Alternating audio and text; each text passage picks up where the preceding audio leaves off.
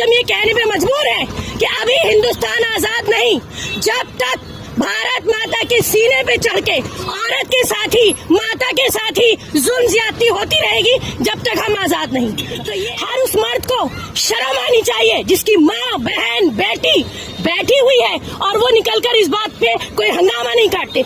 देखिए, आज इतना बुरा वक्त आ गया है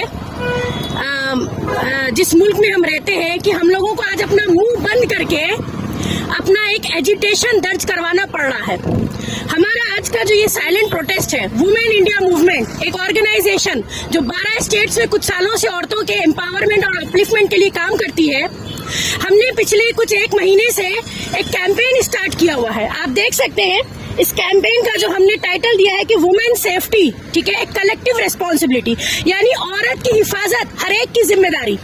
ये एक इंफरादी कोई मामला नहीं है, बल्कि मैं समझती हूँ कि इस मुल्क में 50% औरत जो है वो ह्यूमन रिसोर्स है, और उसी के चलते हुए जो तशद्दुद सामने आता है, यानी औरतों के साथ जिस तरीके का जुल्म हम देख रहे हैं, और खास तौर से under the regime of BJP government के, ऐसा मालूम होता है जैसे पावर में बैठे हुए लोग इसको सपोर्ट करते हैं।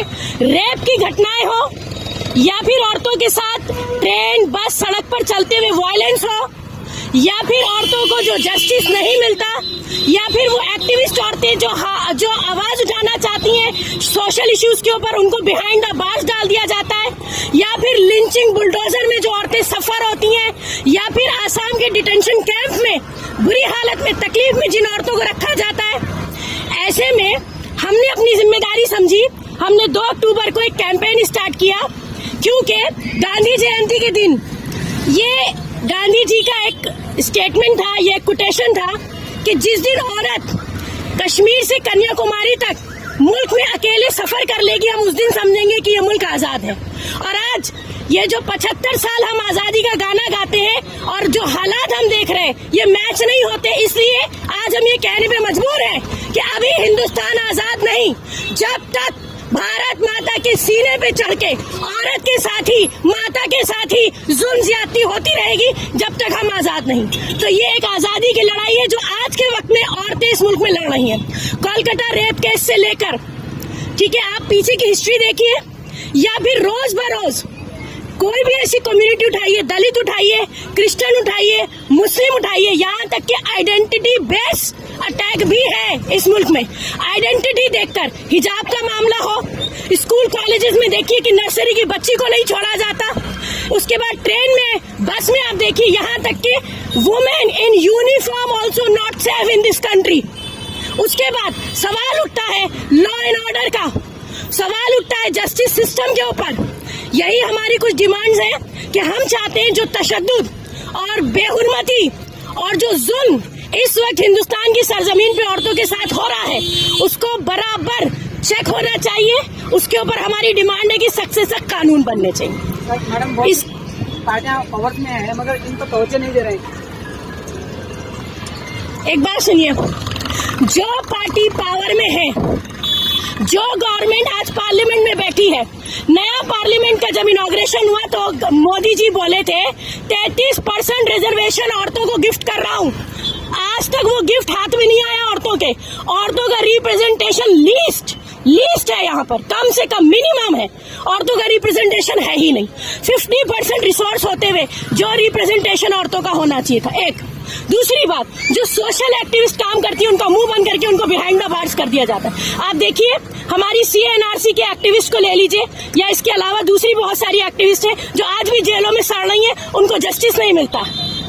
उसके बाद हम जैसे प्लेटफॉर्म जो औरतों के लिए काम कर रहे हैं, ये हमने अपनी एक अखलाकी जिम्मेदारी समझी है।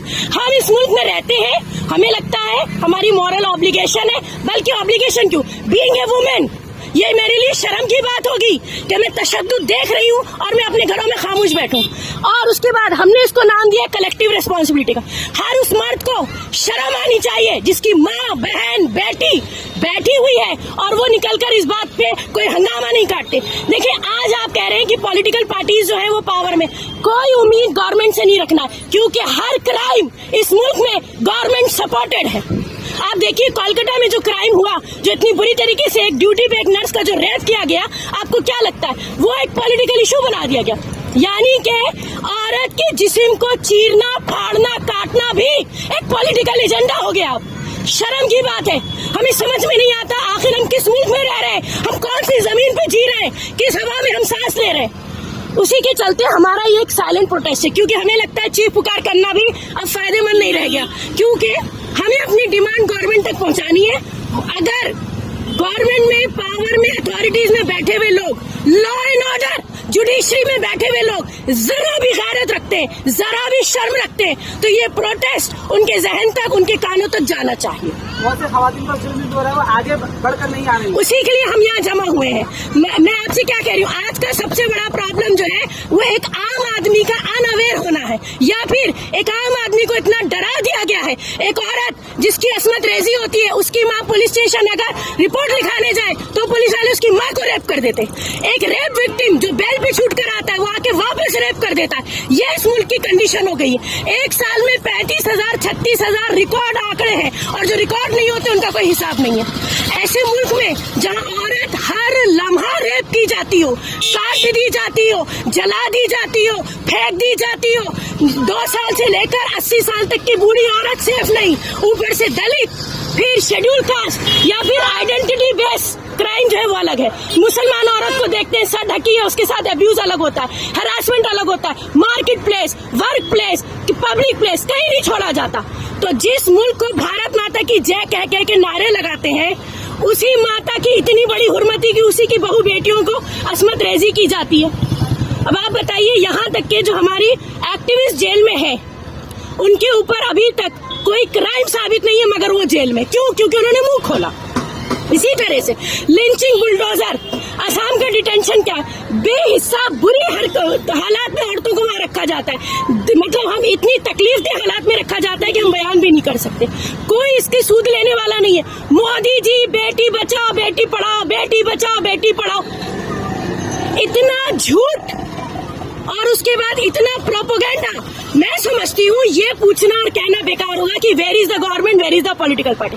हमें आज यहाँ पर एहसास दिलाना हर आम चलते हुए शहरी को, ये जो सड़कों से मर्द गुजरते, ये जो सड़कों से औरतें गुजरती है, गैरत और शर्म इनके अंदर होनी चाहिए, और अगर इनके अंदर होगी तो हम अपनी लड़ाई खुद लड़ सकते हैं।